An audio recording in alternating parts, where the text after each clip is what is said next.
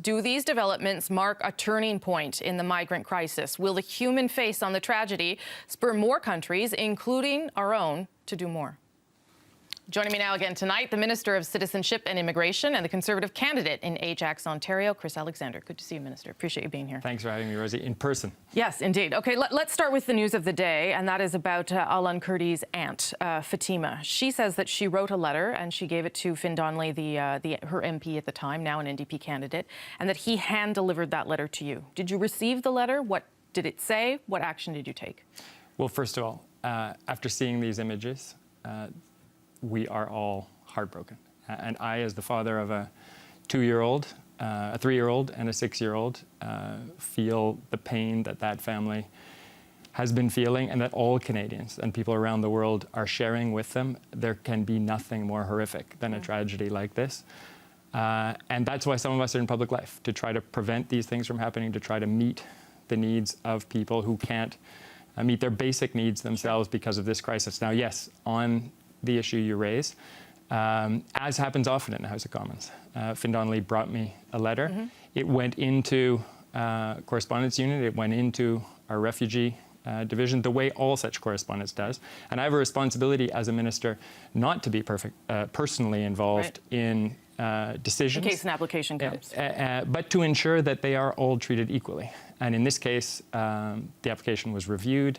It was returned to the applicant with a request for additional documentation, in this case, a confirmation of refugee status from the United Nations. So did you personally see that letter, or no, you just sort of handed it off? No, I personally saw it, and noted that there was urgency attached to it, as I would do with anything related to Syria and Iraq, because these are conflicts that are affecting millions of people and many people across Canada who have connections to families there. I want to drill into that more, but just to get this particular case out of the way, there is some confusion as to what happened with the boy's father, Abdullah, in the past 24 hours or more.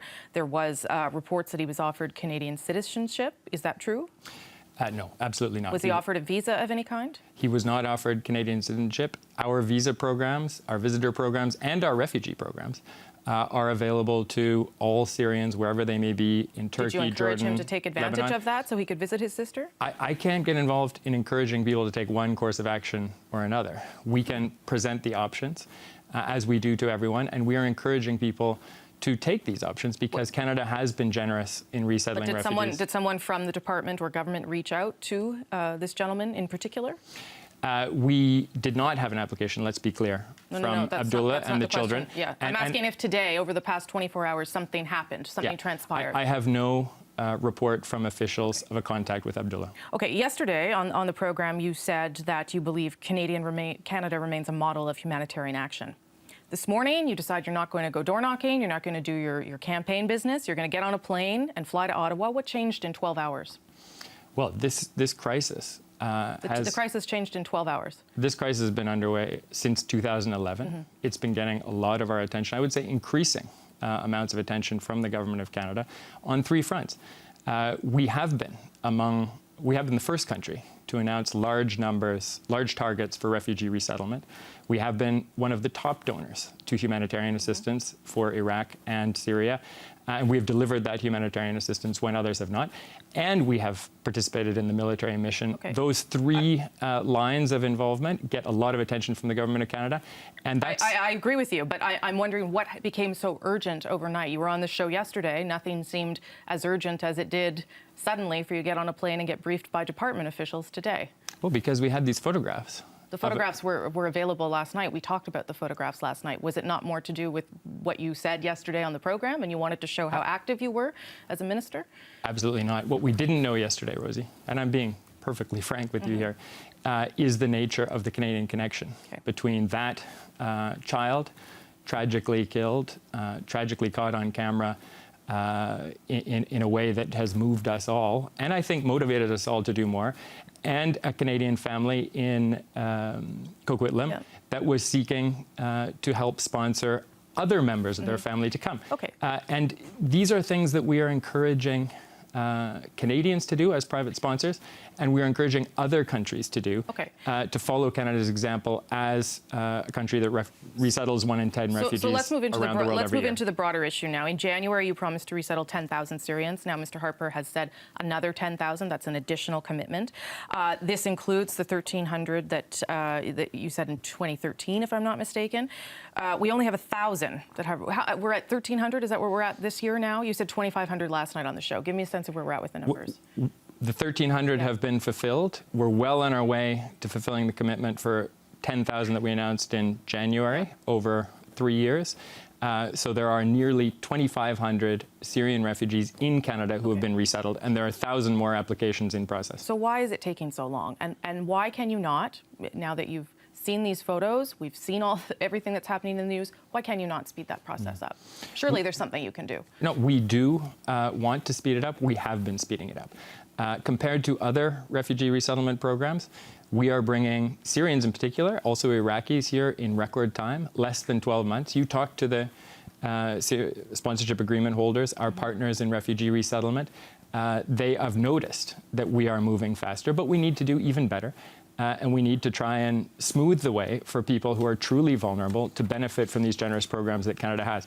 Just to talk about the overall numbers, it's almost 50,000 that we have committed to resettle from both Iraq and Syria. These are two countries that are in the throes of the same crisis, a crisis involving jihadist terrorism, involving ISIS. Over half of that number are already here. Mostly from Iraq, but obviously growing numbers from Syria. And we're committed to accelerating on the Syrian side. And you saw the Prime Minister make a commitment of 10,000 more early in the campaign. The 20,000 Iraqi refugees that you like to talk about, I mean, that's great, but that has nothing to do with the current conflict in ISIS. That was a commitment that dates back to 2009. The ISIS conflict really started to unravel in January of 2014. So that is not really about this, right? The Syrian refugee crisis is about two things. It's about Mr. Assad, as you well know, and about ISIS. Why then can you not focus in on obviously the people that need it the most here? We have been since 2009. And while you're right... No, because you clearly haven't been, because you haven't brought in that many people from Syria. The Syrian conflict started in 2011. Yes. You correctly point out that our refugee resettlement on a large scale from the region began in 2009 because Iraq was in crisis. And yes, there wasn't a group calling itself the so-called Islamic State, but there was jihadist terrorism. There was slaughter and barbarity, and we responded. Canadians responded. Private sponsors responded. And no other country has resettled so many Iraqis, including vulnerable ethnic and religious minorities. And now we're trying to do the same in Syria. To be clear, the whole international community focused for 2-3 years on meeting the needs of people on the move from Syria. There are 4 million outside, much more than outside of Iraq, 7 million displaced inside. UNHCR and other agencies were overwhelmed by this, and the UN only started to refer refugees for resettlement towards the end of 2013. Canada was among the first, if not the first, to start to resettle them, and we've been scaling up ever since. There is no other country that has made a bigger headline commitment to resettle refugees from this region. But we are only taking, refugees only constitute 10% of all the people we're accepting into this country. The government has made a priority of bringing in privately sponsored refugees, economic refugees, family class immigrants, right? The focus is no longer on helping refugees for the government. The focus is on something else. Fair to say. No. Family class is up, economic immigrants is up, and refugees is down.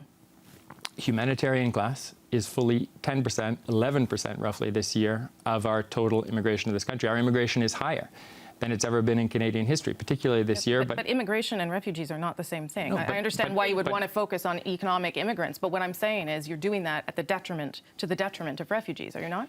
On the contrary, Rosie, we have historically taken about 10% of our immigration and devoted it to humanitarian streams, including refugee resettlement.